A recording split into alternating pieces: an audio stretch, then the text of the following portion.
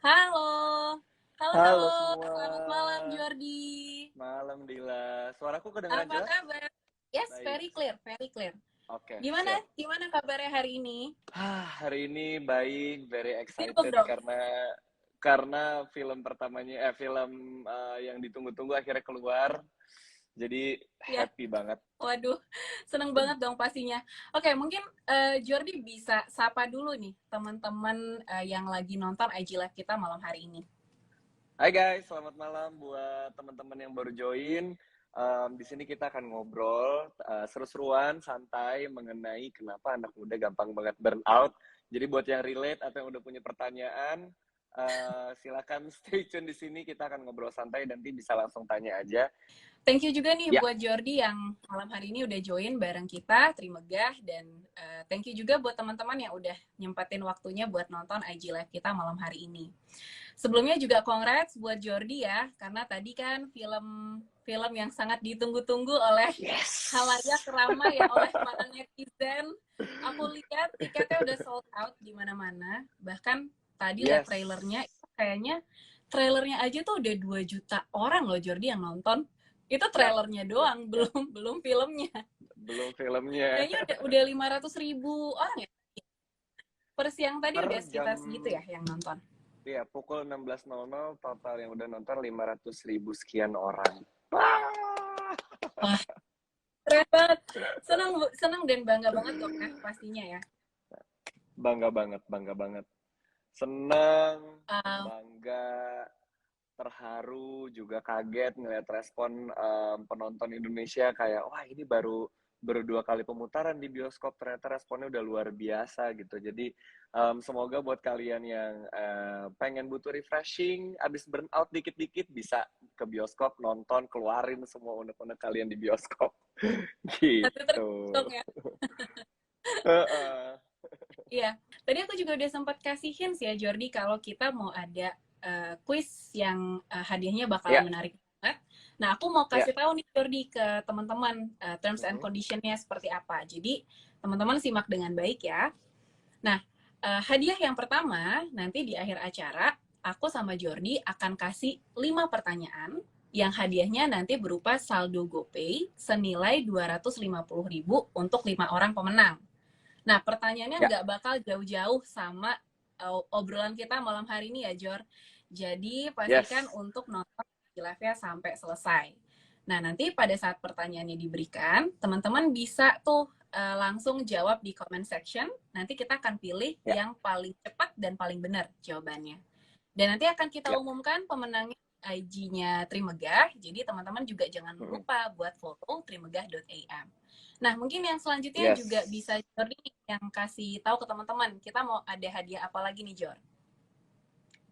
Seperti yang tadi dan yang udah pernah aku bilang juga di IG storyku sebelumnya, kita buat yang mau ikut dan dapetin hadiah, tinggal follow @trimegah.am. Simpel banget. Dan share IG story untuk ajak teman-teman kalian untuk follow @trimegah.am. Nah, nanti itu akan ada saldo GoPay untuk beberapa orang pemenang dan akan diumumin di Instagramnya @trimegah.am. Makanya harus di-follow. Oke, aku udah nggak sabar nih Jordi buat nanya-nanya Jordi nih seputar karir, seputar personal life-nya Jordi. Mungkin sebelumnya boleh diceritain nggak sih Ya. awal mula seorang Jordi itu masuk ke dunia entertainment tuh seperti apa sih? Apakah emang ini tuh udah jadi passion, udah jadi cita-cita gitu ya untuk jadi aktor? Atau mungkin sebelumnya pernah Ya. bekerja di bidang yang lain? Oke, kalau misalnya kita tarik lagi ke belakang, background aku sampai ada di titik sekarang, dibilang cita-cita itu pasti, karena dari kecil aku tuh selalu kalau nonton di TV gitu ya, atau nonton bioskop kayak ini gimana sih cara kerjanya? Kok mereka keren banget semua yang kerja di sini bisa menjadi siapapun yang mereka mau, kayak gitu kan. Dan apa setelah aku sekolah, terus aku kuliah di Bandung jurusan ilmu komunikasi.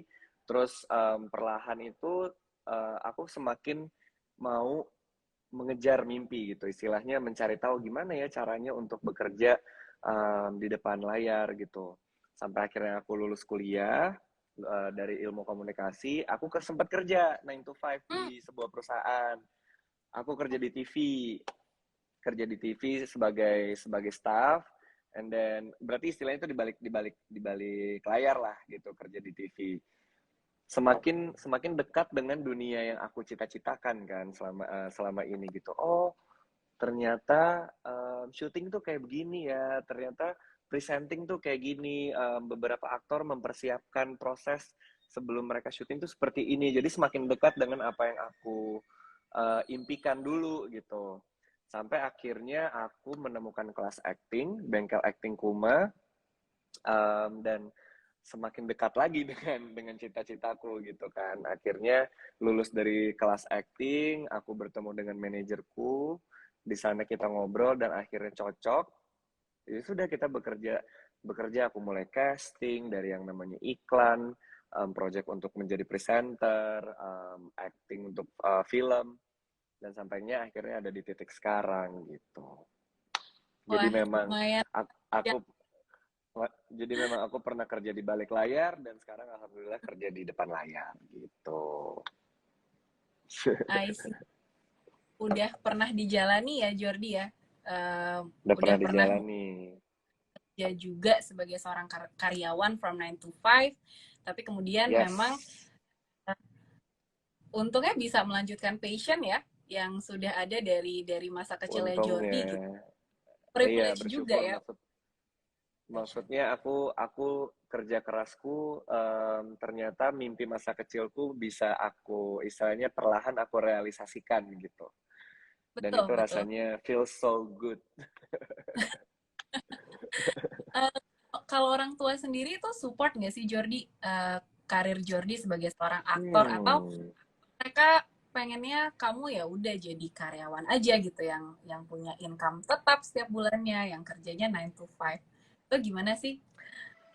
Pasti, pasti. Jadi waktu aku memutuskan untuk bekerja di depan layar, um, basically kalau aku boleh cerita sedikit, orang tuaku itu adalah keluarga Padang yang dimana keluarga kami itu nggak ada yang bekerja di industri seni, gitu kan. Jadi menurut mereka sukses adalah orang yang kerja di kantor, berdasi, punya ruangan, pakai jas gitu, atau kamu punya bisnis besar-besaran, ekspor, import gitu. Jadi nggak ada di keluargaku yang bekerja di dunia seni gitu kan. Jadi memang pasti akan ada penolakan waktu itu dari almarhum papa dan mama, itu yang kayak kamu ngapain kerja kerja ini tuh cuma hobi menurut mereka.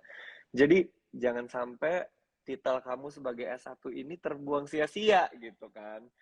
Cuman balik lagi, aku menjelaskan yang kayak um, aku memang secara finansial terpenuhi di kantor 9 to 5. Secara finansial terpenuhi, tapi secara batin, secara kepuasan, kayak this is not my place gitu. Aku bisa untuk mencapai cita-citaku kecil gitu. Jadi boleh nggak aku kejar mimpiku gitu. Terus kita ada deal-dealan, oke, aku akan kasih kamu sampai umur 25. Kalau Oh, misalnya kamu tidak menemukan celah untuk meraih mimpi kamu, sorry to say, kamu ini anak pertama, laki-laki sendirian, jadi kamu harus bekerja di kantor atau berbisnis ya, maksudnya kesuksesan menurut mereka lah gitu. Jadi itu adalah pacuan untuk aku untuk kayak oke, aku dapat izin dari mereka sampai umur 25, aku akan raih gitu. Kayak gimana caranya bisa mendapatkan kesempatan untuk menciptakan mimpi itu gitu. Jadi penolakan itu pasti ada waktu itu. tapi di satu sisi juga dikasih time time limit ya Jor ya, dikasih waktu Dikasih untuk time bisa limit, untuk bisa explore yes, apakah memang impian dan passionnya Jordi ini bisa create something, dan memang terbukti ya yes, sekarang betul. ya. Ada, Betul ya, Jordi. alhamdulillahnya bisa meyakinkan ke orang tua kalau aku bisa berdiri di kakiku sendiri gitu. Maksudnya memang orang tuaku nggak salah berkata seperti itu, dan at the end of the day menurutku adalah orang tua hanya ingin melihat anaknya bisa berdiri di kakinya sendiri. Cukup dengan itu, no matter what, mau jadi dokter, mau jadi karyawan, mau jadi pelukis, apapun, intinya orang tua hanya ingin melihat kamu tuh bisa aman berdiri di kaki sendiri gitu. Setuju, setuju. Melihat anak pasti jadi hal yang membanggakan buat buat Yes, betul. orang tua. Nah, Yap. kalau boleh tahu Jor, kan tadi sempat kerja di balik Mhm. layar. Sebenarnya Ya, mulai dunia acting tuh dari tahun berapa sih? aku start acting itu dari tahun 2018. Jadi Oh, ikut sekolah acting dulu awalnya, terus dari lulus kelas acting aku mulai iseng-iseng casting, casting. Akhirnya dapat film gitu di tahun 2018 akhir ke 2019 awal itu film pertamaku ke Habibie Ainun yang ketiga. ah, Kalau misalnya di sini teman-teman yang ada di dalam sini ngeh gitu sadar kalau ada aku di film Habibie Ainun 3 walaupun porsinya gak banyak, tapi aku bangga itu film pertamaku gitu.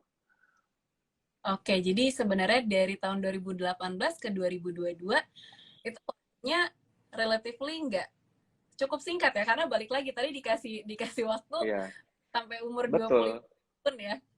Dan untungnya Betul. Kalau nggak salah itu umurku 24 ya, berarti kalau ditarik 4 tahun. Iya, 24. oke. Heeh. Nah, kalau boleh tahu gimana sih Jor caranya ya dalam waktu yang relatif singkat tadi kamu tuh udah bisa sangat produktif gitu. Kamu bisa menekuni hampir semua bidang kan di dunia entertainment, mulai dari aktor, presenter, Iya, nyanyi iya, juga. Aku sempet iya. ini nonton filmnya yang Jordi nyanyi ya, yang Kukira Kau Rumah, dan itu Filmku Kira Kau Rumah. tracknya Iya, boleh iya. Jor, Em, apa sih? Sebetulnya yang aku lakukan selama ini adalah percaya sama keyakinan diri sendiri gitu. Karena hati Hmm, kecilku itu selalu bilang, coba terus, coba terus. Otomatis apa? Selama aku berproses itu kegagalan, rejection, cemooh dari orang-orang itu pasti ada gitu. Tapi untungnya aku dikaruniai hati kecil sama Tuhan gitu ya. Kayak ayo Jor coba terus, coba terus, coba terus. Dan aku suka dengan ini kan. This is my hobby yang akan aku jadikan karir gitu. Jadi rejection terus kayak harus deal, harus oke dengan penghasilan yang waktu itu tidak beraturan gitu kan, yang ya. namanya masih baru-baru, cuma dapat job satu, dapat job jadi supporting apa segala macam, itu kan harus maintain keuangan dengan sangat bijaksana gitu kan. Tapi aku lakukan itu dengan ikhlas, percaya sama diri sendiri, yakin kalau misalnya yang aku lakukan adalah sesuai dengan kemauan sendiri. Akhirnya ya itu tadi perlahan demi perlahan mulai terrealisasikan gitu. Banget ya sharingnya dari Jordi. Jadi memang balik lagi, menurutku ini satu privilege juga ya Jor ya, buat bisa Ya, menekuni karir sesuai dengan passion dan hobi gitu. Jadi memang yes, itu dari hati banget ya, kerja dari hati, jadi ya resultnya juga pasti positif gitu ya. betul. Uh, Kalau aku boleh tanya lagi ya Jor, dari semua film yang Jor dibintangi, mulai dari juga pernah bintang web series ya kalau nggak salah ya, sampai Ya, layar lebar, ada nggak sih salah satu film yang menurut Jordi paling berkesan gitu ya, atau paling challenging oke, buat Jordi oke. sampai saat ini? Kalau ditanya film mana yang paling disuka, sebetulnya Hmm? hampir semua film aku suka, tapi yang meninggalkan kesan itu adalah Pengabdi Setan 2. Kenapa? Karena itu adalah film horor pertamaku. Aku belum pernah main film horor dan Pengabdi Setan adalah film horor pertamaku. Jadi lebih berkesan karena kan film horor itu pasti akan ada teknisnya yang lebih rumit, terus ada darah, koreografi dengan apa berkoordinasi dengan kameramen, pemain yang lain, terus memang setnya rada horor itu jadi menurutku itu lebih berkesan dibandingin film yang lain kayak gitu. Jadi Jadi, memang karena horor ini challenging jadi itu aku suka banget. oke, jadi tambah penasaran sih Jor, denger cerita kamu jadi pengen Ya kan? ikut aku lu gitu, jadi susah. Oke, oke. Mungkin sekarang Gitu. pertanyaannya lebih deep lagi ya Jor ya, yang mungkin kita Oke. kaitin hari ini. Kayaknya tadi Oke. aku udah lihat di comment section itu ada beberapa yang udah mulai nanyain gimana sih caranya kita manage Ya. pekerjaan dengan burnout dan lain sebagainya. Ya. Nah, sebenarnya kalau aku boleh sharing sedikit, burnout itu tuh apa sih ya buat teman-teman yang mungkin belum belum pernah dengar atau mungkin yang Ya. masih wondering apa sih pengertian. Kalau dari beberapa sumber yang aku baca, sebenarnya burnout itu adalah result dari stres yang berkepanjangan, Jor. Atau yang biasanya di Hmm. psychological terms-nya itu disebutnya chronic stress. Jadi itu suatu Ya. kondisi di mana kita tuh jadi gampang capek, kita tuh jadi lebih cynical ya. Pokoknya Hmm. jadi ibaratnya semangat lah ya dalam dalam Hmm. pekerjaan ataupun dalam kehidupan hari-hari, dan kita jadi lebih mudah terekspos sama masalah kesehatan, dan bahkan at some Hmm. point mungkin arah ke mental health ya. Dan Ya. aku rasa profesi sebagai seorang aktor itu kan pasti juga trigger a lot of stress dong ya, karena tuntutan pasti banyak banget tuh. Apalagi kamu sekarang semakin disorot menjadi seorang public figure gitu. Jadi mungkin Ya. sebelumnya bisa diceritain teman suka duka public figure tuh seperti apa sih? Mungkin dari yang part yang nyenenginnya dulu nih, happy-nya di seorang Oke. public figure tuh. Oke, sukanya dulu ya. Sukanya itu karena mungkin balik lagi ke tadi yang kita bahas di depan, ini adalah mimpi kecilku, mimpi aku dari kecil. Jadi aku suka gitu, aku suka, aku happy. Terus bisa dikenal oleh orang banyak, entah itu akunya, entah itu karya-karya aku selama ini, itu ternyata menimbulkan kesenangan sendiri gitu, kayak oh kamu nonton Kukira Kau Rumah, oh nonton film aku yang ini, terus kayak muji kayak kak suka dengan ceritanya, sudah menginspirasi, sudah memberikan solusi untuk aku di hidup. Itu tuh menimbulkan rasa bangga dan apa ya, kayak oh ternyata memiliki karya sebagai seorang public figure menimbulkan efek kayak gitu ya gitu. Oh happy banget melihat orang bisa terinspirasi dengan apa yang gue kerjakan selama ini. Itu rasa happy-nya sih luar biasa gitu. Terus bisa bisa berteman, karena kan pekerjaan seorang public figure itu selalu bertemu dengan orang-orang yang baru, lingkungan baru lagi. Oh di film ini kru dan timnya yang ini, terus di film yang ini kru dan timnya yang ini beda. Oh teman baru lagi, networking baru lagi, saudara baru lagi gitu. Itu sukanya. Jadi masih banyak lagi lah sukanya menjadi seorang public figure, dikenal orang, punya teman baru, bisa menginspirasi kayak gitu. Oke, kalau Mau tahu sukanya dukanya? boleh dong share share tips aja, dukanya apa sih jadi seorang public figure? Oke, oke. Kalau misalnya dukanya, sebetulnya aku nggak bohong dan nggak munafik, pasti ada gitu kan.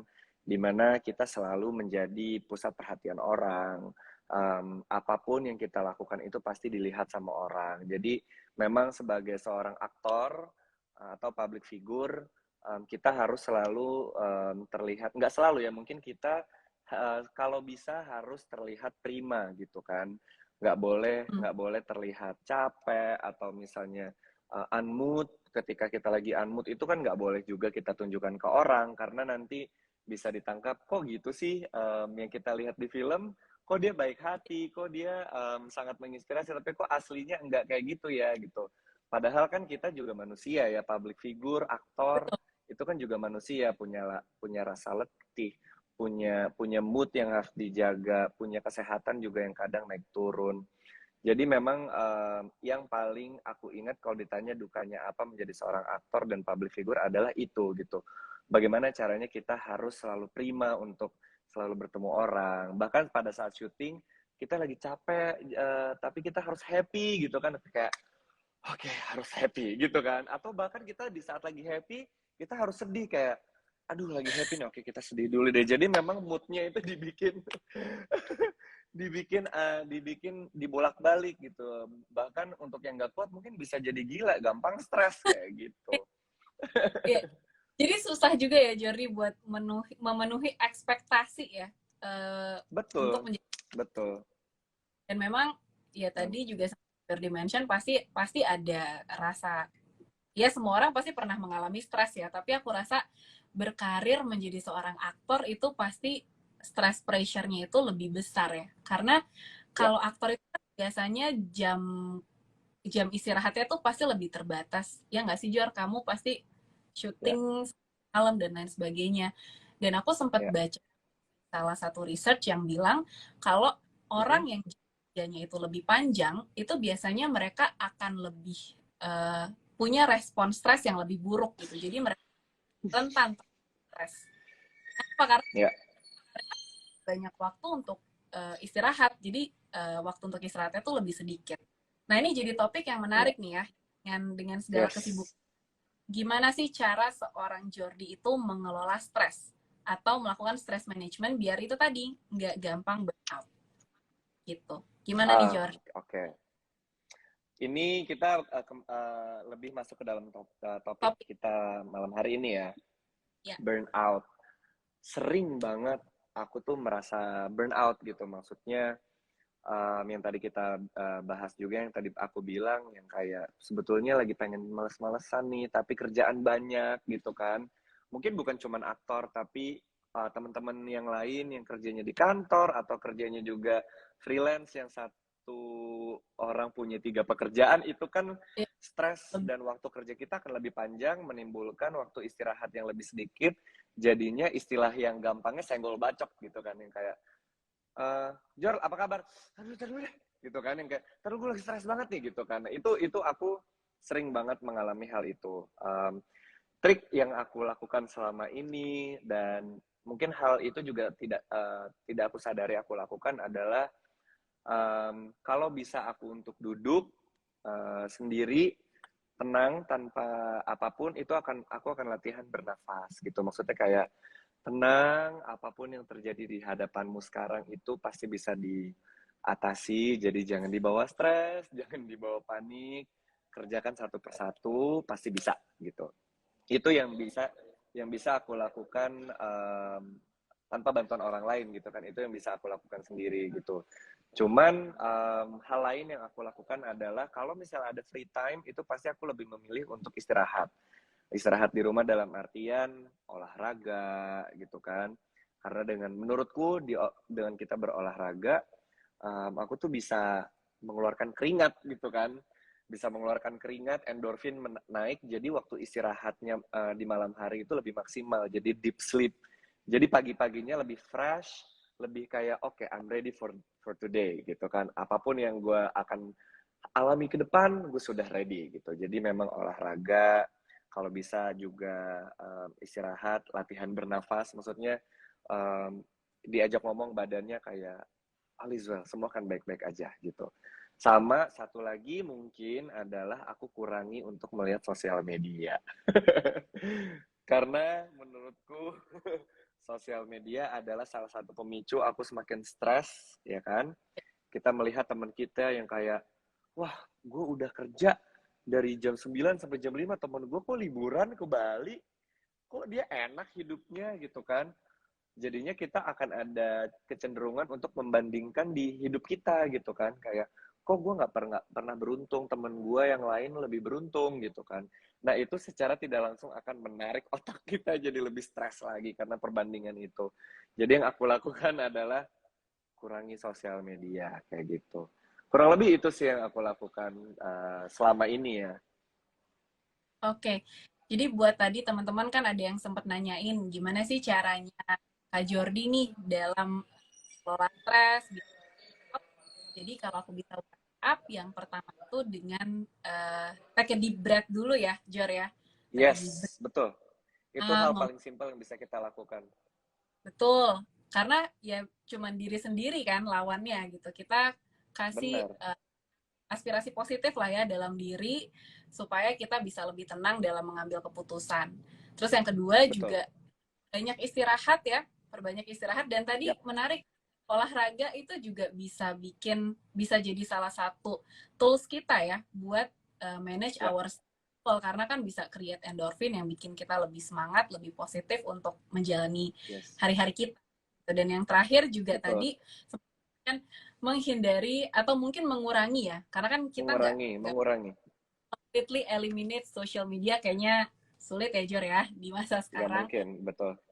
Mungkin kita bisa mengurangi screen time kita di social media dan tidak terlalu membandingkan achievement yang sudah kita raih dengan orang lain.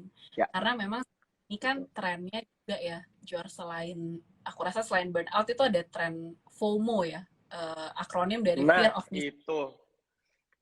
Itu juga jadi Itu. satu picu stres gitu kan. Lihat si ini udah bisa beli rumah gitu, atau lihat si B udah Mm-mm. bisa liburan jalan-jalan ke luar negeri, kita semakin terpicu untuk jadi pengen seperti Iya. mereka, tapi belum belum saatnya gitu. Kita masih punya keterbatasan waktu atau Iya. keterbatasan dana. Ini jadi satu topik yang menarik nih. Gimana sih seorang Jordi ngelihat fenomena FOMO ini gitu? Wah, tadinya aku juga termasuk orang yang FOMO gitu. Maksudnya ketika melihat sosial media atau misalnya ketika kita bertemu sama orang gitu, terus mereka bercerita tentang achievement yang sudah mereka raih, itu akan ada benak secara tidak sadar langsungnya kayak, kok gue nggak beruntung ya gitu. Gila, Ya, gue udah kerja dari pagi sampai pagi, kok dia udah bisa beli rumah, kok dia dengan gampangnya bisa liburan ke luar negeri, ke Bali, sedangkan gue di sini masih dengan tugas-tugas gue yang nggak bisa gue skip gitu segala macam. Itu tadi aku adalah orang yang seperti itu gitu. Dan memang ini bahaya, maksudnya kalau misalnya kita terus mengikuti pemikiran itu, kita kasih makan pemikiran seperti itu akan sangat bahaya gitu. Karena kan um, kita dengan manusia lain itu pasti berbeda, entah sistem kerjanya atau sesimpel nasibnya lah, itu kan nggak ya. mungkin sama. Jadi kayak tidak ada gunanya untuk kita membandingkan diri kita cuman karena FOMO, kayak iya gue juga pengen lo beli mobil baru, gue juga baru beli nih, sedangkan pemasukan kita terbatas gitu, belum mumpuni gitu. Jadi itu menurutku bahaya kalau misalnya si FOMO ini terus diikuti sama diri kita sendiri gitu. Setuju banget karena kalau kita kalau kita terus-menerus merasa FOMO, kita pengen ikutin ada uh, khawatirnya ya Jor, ini domino efeknya itu adalah kita bisa aja jadi maksain untuk Mm-mm. bisa liburan ke Bali gitu, maksain untuk beli Mm-mm. sesuatu tren, maksain untuk beli tas baru, Benar, sepatu baru, akhirnya jadi shopping, akhirnya jadi spending, dan pengeluaran kita jadi mungkin lebih banyak gitu ya daripada pemasukan. Nah itu yang benar. kemudian jadi problem, terutama buat perencanaan keuangan kita gitu. Dan ini satu hal yang menurutku juga kita sebagai generasi muda, sebagai anak zaman now, kita juga harus lebih aware nih sama fenomena ini. Ya, Jangan sampai kita FOMO terus akhirnya jadi impulsif dan bikin perencanaan keuangan kita tuh impulsif. stabil. Iya, jangan sampai impulsif. Impulsif itu bahaya banget. Memang semuanya harus direncanakan gitu. Ini based Benar. on my experience ya. Kalau Jordi sendiri gimana sih, kan tadi bilang apa semua butuh perencanaan dan memang preparation is Ya, key gitu ya. Gimana sih caranya kamu ya, memanage keuangan kamu nih selama ini benar. kan sebagai aktor pasti udah mulai punya stable income gitu. Gimana sih cara Jordi Ya, memanage keuangan Jordi gitu? oke. Tadi aku udah sempat mention, aku ini juga sempat FOMO dan aku adalah manusia terimpulsif. Lewat sini dikit beli, terus yang Iya, iya. ngelihat iklan di sosial media, coba deh check out gitu kan. Impulsifnya tuh luar biasa gitu. Sampai akhirnya aku berada di titik dimana kayak, oh nggak bisa nih. Kalau misalnya impulsifnya atau FOMO-nya tadi selalu diikutin. Jadi memang semakin bertambahnya usia juga ya, mungkin semakin aware sama yang namanya saving money Iya. gitu. Ditambah 3 tahun lalu kita dilanda COVID, ya kan, yang Betul. dimana pekerjaan, semua aspek pekerjaan di dunia ini tuh mengalami penurunan, mau nggak mau mengandalkan uang tabungan gitu. Jadi makin sadar sama yang namanya saving money. Nah, aku sebagai pelaku seni, pekerjaannya sebagai aktor dengan income yang kadang belum stabil gitu ya, yang aku lakukan sekarang itu sebetulnya hanya menabung gitu, melihat melihat 3 tahun ke belakang yang kita hanya mengandalkan tabungan gitu ya. Jadi sekarang cara aku saving money, stop being impulsif pertama, karena berpikir panjang, selalu sadar-sadar kayak nggak ada yang tahu nih kita bumi ini akan mengalami apa lagi ke depannya, ini belum ada jaminan apapun. Jadi stop impulsif, nabung, nabung, nabung, nabung. Itu yang aku lakukan sekarang gitu, Dil. Sebagai aktor dengan pemasukan yang nggak stabil gitu kan. Jadi menurutku menabung adalah langkah pertama yang paling tepat untuk saving money yang untuk rencana kedepannya gitu. Ya, kalau tadi kan bicara sebagai pelaku seni ya, kalau aku bisa komentar sedikit orang yang di industri keuangan ya, Jor ya. Kalau yang Jordi tadi udah sempat mention, dengan cara savings money, aku rasa itu udah satu langkah awal yang tepat nih dalam memanage keuangan kita. Karena lagi kalau kita mau, it's a stepping stone ya untuk punya kondisi finansial yang lebih stabil ke depannya. Savings is the right thing to do at the first time. Nah, tapi kalau kita tentang perencanaan keuangan, tadi Jordi sempat mention kita kan udah 3 tahun ini COVID ya, pandemi. Di mana semua orang tuh in an instant gitu. Banyak yang kehilangan pekerjaan, banyak yang lay off. Kita nggak pernah tahu uncertainties dalam hidup tuh akan jadi seperti apa. Jadi sebenarnya sangat butuh untuk punya yang namanya dana darurat atau emergency fund. Pernah dengar nggak sih? Yes. Pernah dengar. Kalau kita bicara tentang dana darurat, sebenarnya benar itu bisa aja dari savings. Tadi kan Jordi udah sempat mention untuk menghindari karena sebagai seorang aktor mungkin penghasilannya juga belum tetap ya, jadi harus punya savings gitu. Nah sebenarnya mungkin kalau dalam konteks keuangan, untuk kita bisa punya ibaratnya sebagai bantalan ya atau cushion untuk kita menghadapi resiko atau ketidakpastian dalam hidup, itu kita persiapkan yang namanya dana darurat. Nah, dana darurat ini sebenarnya sebelum kita mulai lebih jauh ya, kan next step-nya dari menabung adalah investasi ya biasanya. Sebelum kita investasi, aku rasa yang perlu kita siapkan itu adalah dana darurat. Dan dana darurat ini bisa kita gunakan kalau sewaktu-waktu nih, misalnya pendapatan kita jadi nggak menentu, let's say kita di lay off sama company kita, atau mungkin yang buat berbisnis kan COVID bikin bisnis net income-nya jadi turun, itu bisa menggunakan emergency fund atau dana darurat tadi. Nah kalau aku kasih rekomendasi sih mungkin buat Jordi kan masih single ya, maksudnya belum punya tanggungan, belum berkeluarga. Bener. Benar. Ini masih single, masih belum punya tanggungan. Biasanya rekomendasi dana darurat yang perlu Jordi siapkan itu adalah 3-6 kali dari pengeluaran kamu setiap bulan.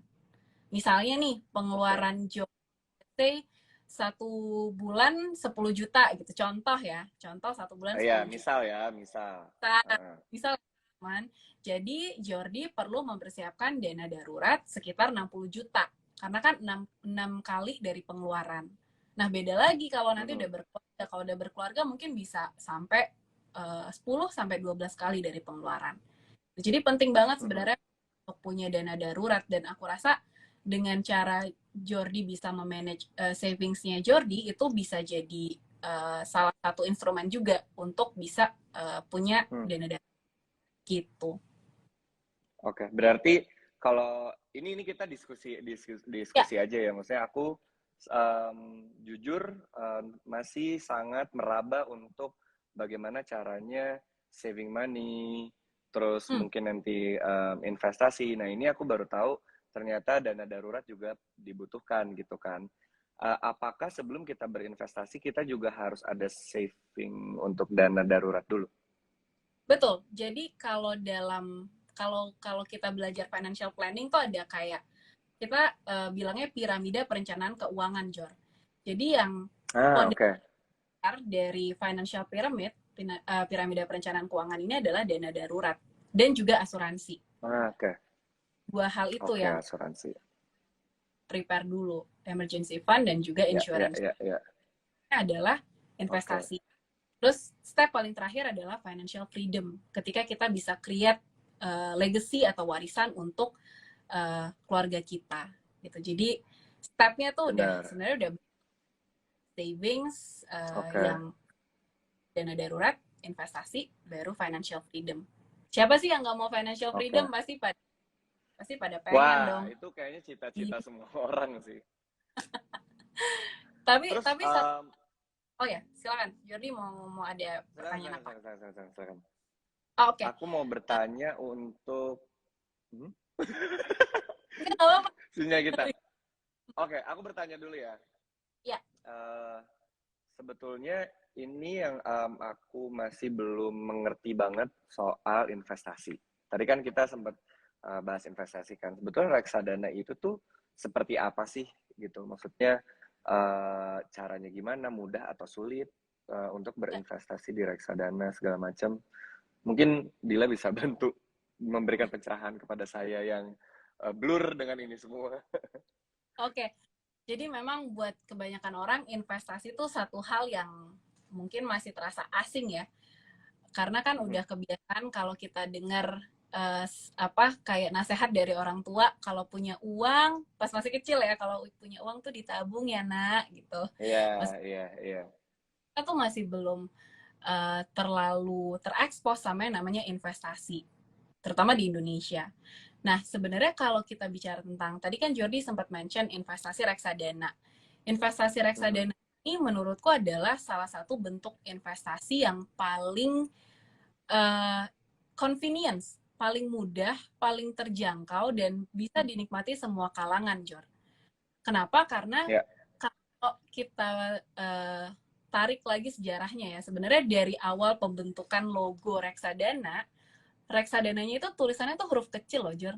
Reksa spasi dana mhm. itu kecil. Kenapa? Karena memang dengan huruf kecil itu diharapkan untuk bisa buat semua orang tuh uh, merasa ini tuh bisa untuk semua kalangan gitu. Jadi lebih inklusif. Jadi nggak hanya buat Oke, orang-orang yang aja gitu. Jadi buat yang oke, uh, batas itu juga bisa investasi di reksadana. Bahkan investasi di reksadana itu bisa dimulai dari 10.000 aja gitu. Jadi wow, memang iya, jadi memang ini salah satu instrumen investasi yang menurutku bisa digunakan oleh semua kalangan. Dan biasanya kalau kita bicara tentang reksadana dan tentang investasi, kadang kan orang nggak mau mulai investasi karena takut ribet nggak sih, Jor? Kayak aduh benar, harus mana gitu. Apalagi kalau ngomongin tentang benar. pasar modal gitu, mau investasi di saham, Ya. obligasi, banyak banget instrumennya. Udah capek duluan Mhm. gitu ya, mau streaming pilih saham Iya, apa, udah pilih. takut duluan lebih tepatnya.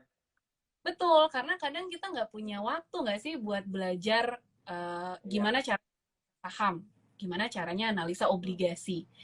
Nah, kalau dengan Ya. reksadana, ini sebenarnya sudah ada pihak profesional yang terpercaya yang juga sudah mendapatkan izin dari Badan Keuangan, yaitu OJK, untuk mengelola Mhm. dana investasi kita, yaitu namanya manajer investasi. Nah, Trimegah ini di sini sebagai Oke, manajernya, Jor. Jadi kita yang oke, mengelola reksadana, di mana reksadana ini adalah kumpulan nih dari dana para investor yang kemudian nanti kita investasikan lagi ke instrumen saham, obligasi ataupun pasar uang. Jadi reksadana itu juga ada banyak jenisnya, ada 4 jenis reksadana, dari reksadana pasar hmm, uang, reksadana obligasi, campuran dan saham. Tinggal kita aja hmm. yang menyesuaikan mau pilih reksadana yang mana sesuai dengan tujuan investasi dan juga profil resiko. Gitu, simple. Berarti, berarti ini aku menyimpulkan, aku yang ingin berinvestasi nggak perlu lagi takut kebingungan, nggak perlu Betul. lagi takut dengan resiko-resiko yang kita bahkan belum pelajari gitu ya, karena sudah ada manajemen aset itu tadi kan, Yes, ada manajer Trimegah. investasi. Hmm, Canggih banget dong berarti. Maksudnya sangat membantu ya. Sangat sangat membantu. Maksudnya aku sebagai anak muda yang tadi kan bisa dibilang reksadana itu dari 10.000 aja kita udah bisa berinvestasi kan. Tapi kan balik lagi ini aku balik ke aku sebagai orang seni yang sangat jauh dengan istilah-istilah financial kayak tadi saham, atau apa yang tadi Dila bilang itu aja aku yang kayak itu apa ya gitu, maksudnya menjadi yang bingung bisa menimbulkan sebuah ketakutan. Tapi kalau misalnya ada yang nge-manage kan kita jadi lebih ada yang memandu lah istilahnya, ada yang lebih menjaga, ada yang lebih memaintain aset-aset kita tadi gitu kan. Nah itu untuk cara memulainya bagaimana? Maksudnya apa aja yang harus dipersiapkan gitu untuk kita dibantu memanage aset kita? Oke. Jadi sebenarnya sekarang itu kita hidup di zaman yang serba mudah ya, Jor. Kalau zaman dulu orang mau mulai reksadana mungkin udah keribetan duluan sama segala paperwork yang perlu kita isi gitu. Iya, benar. Itu juga mungkin jadi salah satu hambatan ya yang kemudian membuat orang-orang tuh jadi lebih sulit untuk mulai investasi. Tapi sekarang sebenarnya udah jauh lebih mudah. Kalau kita ingin berinvestasi di reksadana, itu sebenarnya udah banyak banget platformnya. Ya, jadi bahkan sekarang ini udah banyak ya agen, kita sebutannya agen penjual reksadana gitu. Agen penjual reksadana itu bisa dalam bentuk institusi perbankan atau institusi yang disebut dengan fintech upper gitu, agen penjual reksadana yang berbasis teknologi. Jadi mereka punya aplikasi di mana kita bisa membeli reksadana melalui aplikasi tersebut. Kita bisa transaksi beli reksadana, jual reksadana, ataupun transaksi pengalihan reksadana kita melalui aplikasi tersebut. Di Trimega sendiri kita juga websitenya, Jor. Jadi simple banget, gitu. bisa langsung. Iya, jadi kita bisa langsung beli reksadana, isi formulirnya secara online gitu ya, isi data pribadi kita, upload data pribadi kita, kayak bikin social media aja gitu kan. Terus nanti Iya, benar. tapi bedanya sama social media, karena kan tadi Jordi sempat bilang, manajer investasi itu jadi ibaratnya jadi pemandu kita dalam merencanakan keuangan. Nah, ketika kita membuka akun reksadana, itu biasanya kita disuruh isi yang namanya kuesioner profil resiko. Itu juga penting, Jor, karena kan kita ini orang yang baru mulai investasi ya. Kita belum tahu nih seberapa besar sih toleransi resiko kita. Tadi kita ngomongin saham, tapi mungkin Jordi belum siap untuk investasi di saham, karena kan saham itu volatile banget ya, naik turun. Mungkin buat yang baru mulai di yang resikonya lebih konservatif, kayak di reksadana pasar uang gitu. Jadi sebelum kita mulai, sebenarnya sudah ada beberapa tools yang dipersiapkan oleh manajer investasi ataupun oleh agen penjual reksadana untuk bisa bantu kita nih pilih reksadana apa sih yang paling kita. Itu juga penting ya, Jor, karena kan kita anggapannya kita benar-benar baru nih dalam dunia investasi. Benar. Jadi penting tahu. Benar, kalau dari posisi aku kenapa menjadi penting banget, karena kan istilahnya kita itu sudah berusaha mencari uang, itu kan nggak gampang ya, maksudnya kita udah saving segala macam. Sedangkan kan investasi itu yang ada di kepala aku sebagai orang awam adalah, nih uang yang aku punya, tolong dikembangkan gitu kan, tolong dijaga untuk diinvestasikan. Jadi kan ada rasa takut dan pasti akan memikirkan risiko-risiko yang akan terjadi gitu kan. Nah, jadi ini aku baru dapat pencerahan banget gitu. Ternyata ada manajemen aset itu yang akan membantu kita setidaknya mengurangi resiko dan membuat kita sedikit percaya untuk menyerahkan hasil keringat kita selama ini gitu kan. Nah, itu gimana sih, Dil, untuk maksudnya tadi caranya kita join untuk start investasi dan mencari investasi yang aman itu tuh bagaimana caranya? Yang pertama yang mungkin perlu di-highlight ya, kalau investasi itu sebenarnya kan tidak menjanjikan return. Itu yang perlu kita perlu. Karena itu harus jadi pedoman dulu ya. Betul. Jadi kalau ada yang bilang investasi di sini dapat return 10% setahun. Nah, itu hati-hati karena investasi itu nggak boleh menjanjikan return. Itu udah jadi pedoman awalnya lah sebelum kita mulai investasi. Karena itu udah mindset dulu berarti ya. Awal kita udah harus inget itu. Jadi penting banget untuk kita bisa pilih manajer investasi atau pihak yang kita percayakan untuk mengelola investasi kita itu yang punya kredibilitas ya dan juga integritas dalam mengelola reksadana gitu. Seperti misalkan kita harus screening dulu ya, Jor, sebelum kita mulai kita harus screening dulu apakah manajer investasinya ini punya pengalaman berapa lama sih di dunia pasar modal gitu. Let's say Trimegah sendiri kita udah pengalaman lebih dari 30 tahun ya di industri pasar modal 30 dan sudah tahun. Oke. Kita sudah mengelola lebih dari 50 reksadana ya dalam berbagai kelas aset dan juga salah satu top 10 perusahaan manajer investasi di Indonesia. Jadi perlu untuk kita cari tahu dulu nih track record perusahaan manajer investasinya itu seperti apa. Baru kemudian kita lakukan tuh, kita harus balik lagi gini ya, kadang kan kalau kita mau mulai investasi kita tuh maju mundur. Kapan ya waktu yang tepat untuk mulai investasi? Padahal sebenarnya betul. Iya, padahal sebenarnya kita harus beranikan diri dulu aja gitu. Kita mulai dulu aja. Sekarang simple kok, tinggal daftar di website Trimegah juga bisa gitu untuk bisa mulai coba investasi dana.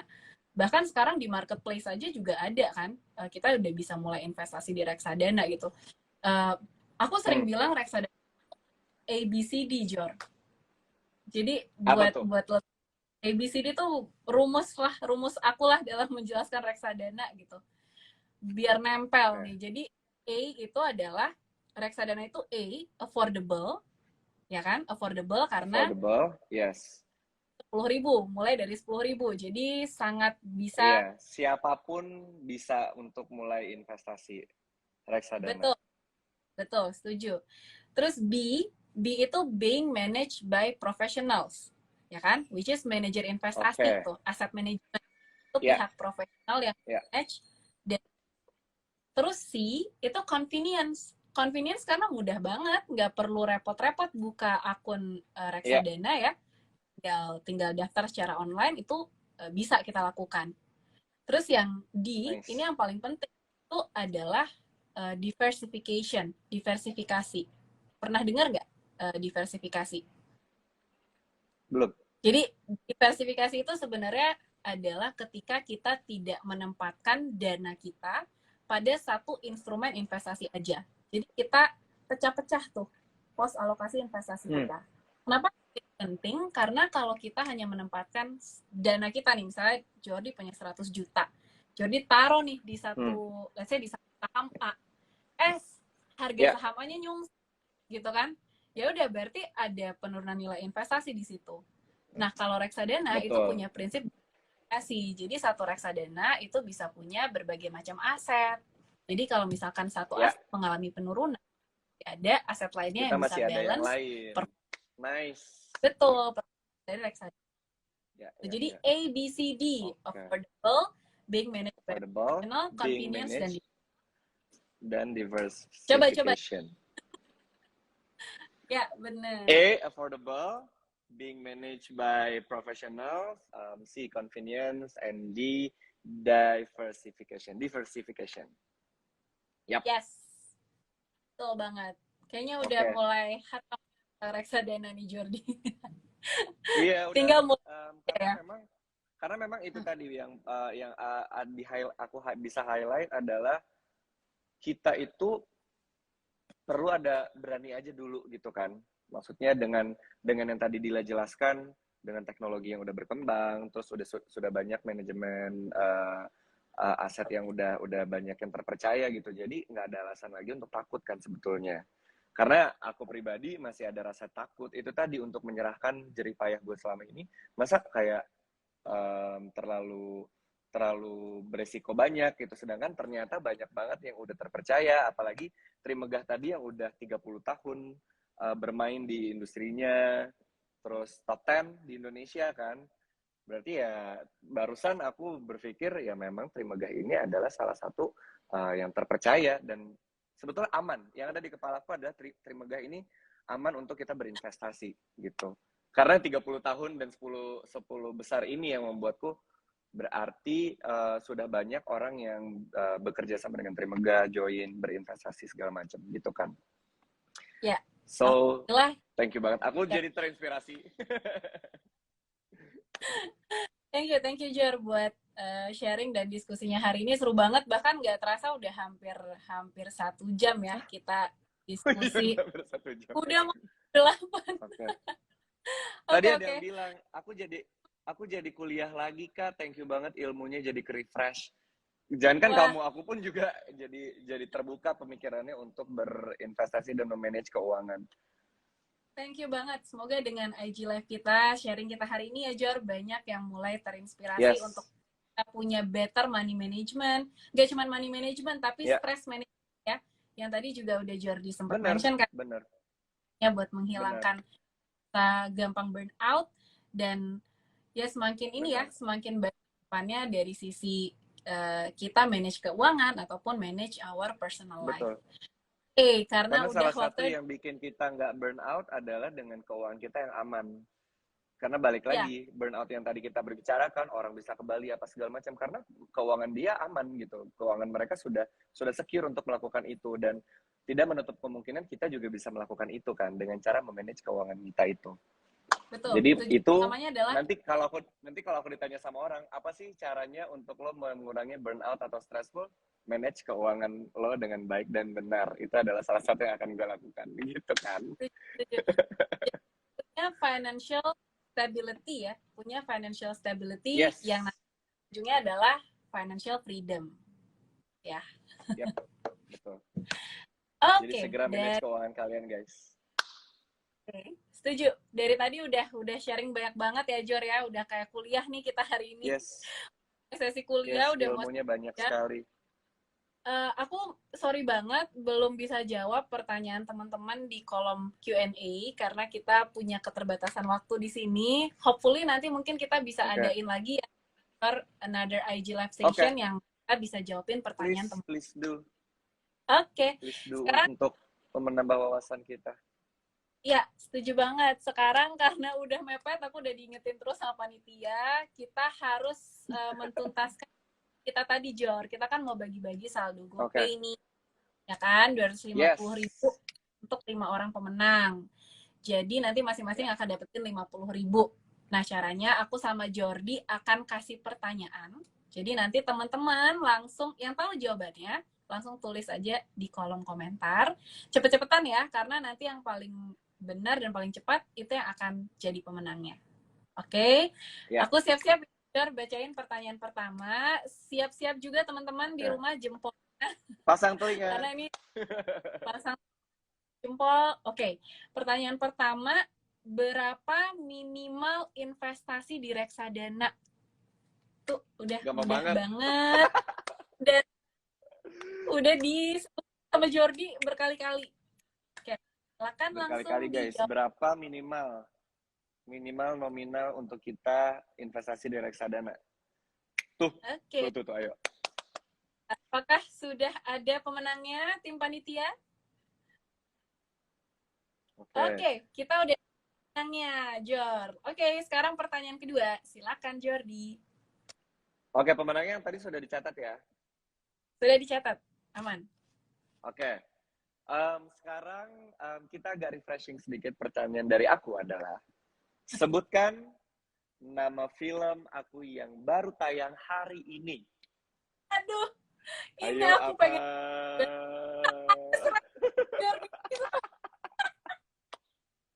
Aduh. Ayo, apa nama film aku yang tayang hari ini? Aduh, kalau nggak bisa benar. Ini fansnya Jordi udah banyak banget ini. IG Live kita hari ini. Oke, tim panitia, apakah sudah ada yang paling cepat? Oke, sudah ada pemenangnya, Jor. Oke, sekarang pertanyaan ketiga dari aku. Tuliskan salah satu jenis reksadana. Tadi kan aku sempat mention ada 4 jenis reksadana. Tuliskan satu aja jenis reksadana. Ampun. Easy peasy ya. Jordi nih kayaknya gampang banget. Tadi udah gampang banget. Yang ada grafik-grafiknya itu loh, guys. Iya. Yang bisa naik dan turun itu apa, ayo? Betul. Apakah sudah ada pemenangnya? Bentar ya, aku cek dulu. Keren banget sih pada jawab pinter. Berarti kalian menyimak pembicaraan kita selama ini ya, keren. Oke, sudah ada jawabannya untuk pertanyaan. Ya, sekarang Oke, pertanyaan Jordi nih yang bacain. oke. Pertanyaan keempat, kalau kalian menyimak tadi ceritaku, profesi aku yang pernah aku lakukan selain menjadi aktor, jadi apa? Jadi aku kan tadi dibilang main film, Bla apalagi bla satu bla. lagi. Nyanyi, satu lagi apa yang pernah aku lakukan? Profesi aku yang pernah aku lakukan selain aktor dan penyanyi. Apa? Ayo. Ayo, apa ayo? Ayo. Selain aktor Ada dan acara TV. penyanyi, aku pernah acara TV, aku jalan-jalan kemana gitu. Ayo, aku jadi apa itu namanya? Pasti pernah nonton itu acara TV-nya. Mengelilingi Indonesia, aku terjun dari air terjun kemana, jadi pekerjaan aku apa? Apakah sudah ada yang benar? Kita masih tunggu Tadi aku jawabannya. udah lihat ada yang benar. Udah ada ya? Ntar aku cek dulu. Tadi aku Apakah sudah sudah. melihat.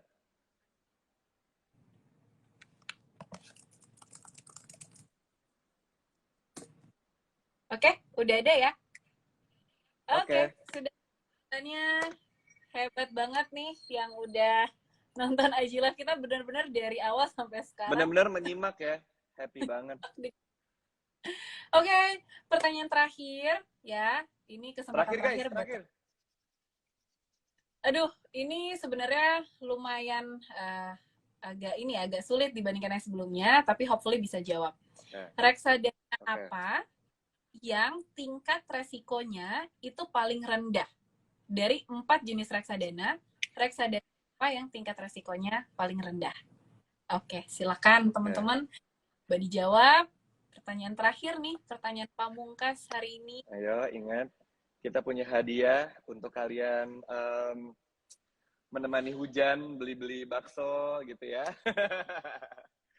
Beli tiket Pesan-pesan nonton. makanan, beli tiket untuk nonton pengadilan. Itu ada yang jawab. Gila, keren banget. Oke, Keren banget. oke. Ya, sudah dapat ya kita pemenangnya untuk 5 pertanyaan hari ini. Nah, Ya, selamat buat teman-teman yang jawab benar, walaupun kalian belum tahu ya apakah kalian terpilih atau enggak, karena nanti akan ya. kita umumkan di IG story-nya trimegah.am. Jadi make sure teman-teman Oke. follow trimegah.am untuk tahu apakah Nanti kalian mention benar. aku akan repost. Nah, mention Jordi juga ya, teman-teman. Jadi nanti Ya, bakal di sama Jordi. Terus juga masih ada ya. kesempatan Jor buat 10 pemenang lagi karena kalian masih bisa join nih another giveaway di mana kalian tinggal follow akun trimegah.am. Terus kalian nanti tinggal posting di IG story atau Ya. IG feed untuk ajak teman yang lain follow akun trimegah.am. Itu juga bisa berkesempatan dapat saldo ya Jordi ya. Kita masih punya hadiah untuk 10 orang pemenang lagi. Simple. Simple banget, Simple banget, gampang tinggal banget. follow trimegah.am. Oke. Oke, Jordi thank you banget ya hari ini udah mau ngobrol-ngobrol, diskusi Thank you. bareng. Seru banget ya, udah nggak terasa udah sejam lebih nih kita ngobrol-ngobrolnya. Ya. Sukses terus buat karir Jordi ke depannya. Juga bisa terus Thank you berkreasi juga, di. Trimegah. Thank you Thank you banget banget juga Jordi. trimegah.am yang sudah membuka pemikiran aku sebagai generasi muda untuk bisa memanage keuangan lebih baik untuk mencapai tingkat kestabilan supaya nggak gampang burn out. Ya, itu udah closing statement yang oke banget ya. Ini Yes, udah betul. yang mau wrap up diskusi kita hari ini. Oke, thank you banget Ya. Jordi. Semoga kita ketemu di sesi ngobrol-ngobrol selanjutnya. Dan thank you juga buat teman-teman yang udah stay sampai dengan akhir acara malam ini. Dan Thank buat you guys, kalian teman-teman semua yang keren. sudah keren banget ya, buat yang udah ikutan juga tadi kuis dan yang pengen ikutan another way juga kita tungguin kalian untuk follow akun trimegah.am dan juga pastiin untuk follow dan nantikan update-update terbaru dari Trimegah. Dan oke, Mungkin itu aja untuk sesi kita malam hari Ya, ini. Banget Jordi, sampai ketemu di thank you so much Dila. thank you. Stay safe dan stay healthy ya semuanya. Bye guys, bye, terima Bye kasih. guys.